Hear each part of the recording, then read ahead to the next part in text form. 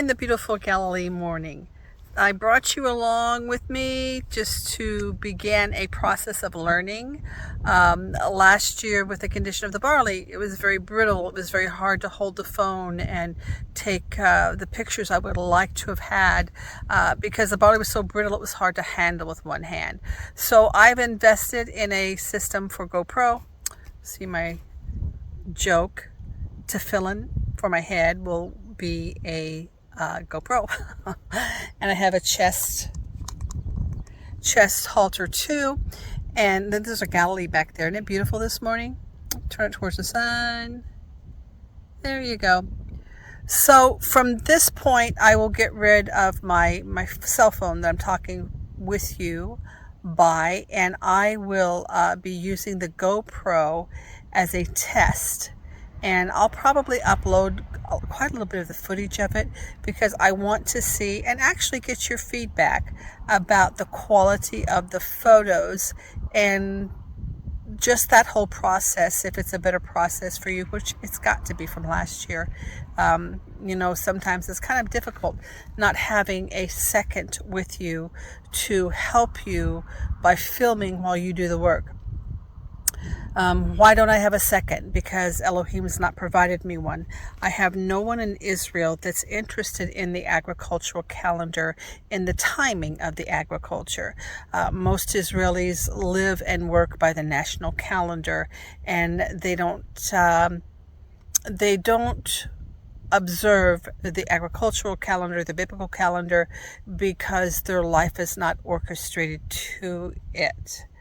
So they'd just kind of be keeping a double calendar, if that makes sense to you. And it's not something I find anybody very excited about doing. So most times, like, the last video I made for you, I'm driving along, I'm always looking at the land, and pitom, suddenly there's barley on the earth, and so I jump out and I take a picture in the moment, or I try to grab something for you in the moment. And doing it solo, it's a lot more difficult than doing it with you when you have someone holding your camera. Okay, so enough of me talking. Let's get to the GoPro.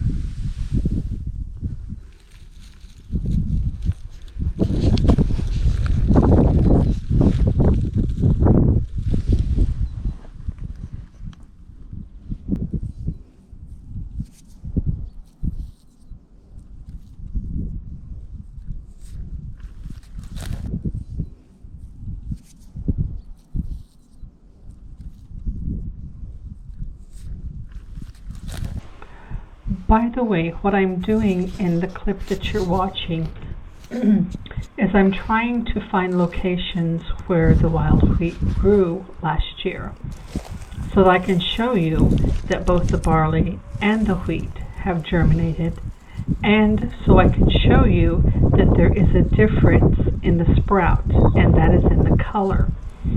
One of the things that became apparent to me as I filmed this was that I'm going to have to buy a wind sock.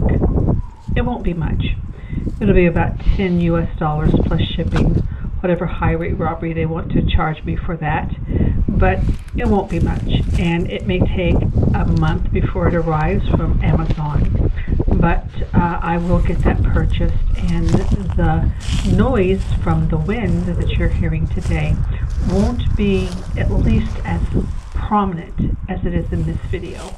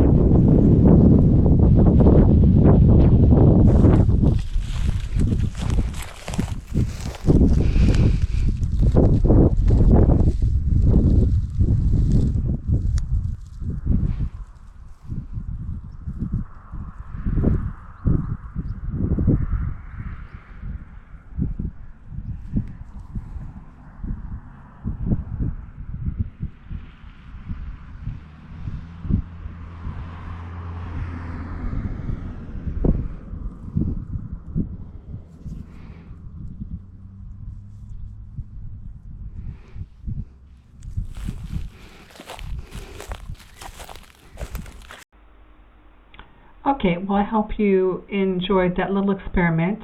I am going to have to work on the quality. It had a higher quality setting when I recorded it, and my video processor asked me if I would like to make everything the same quality. So they downsized the quality. I'm going to have to take a look at that and see if I can figure that out. I would like to see the images be just a little bit clearer.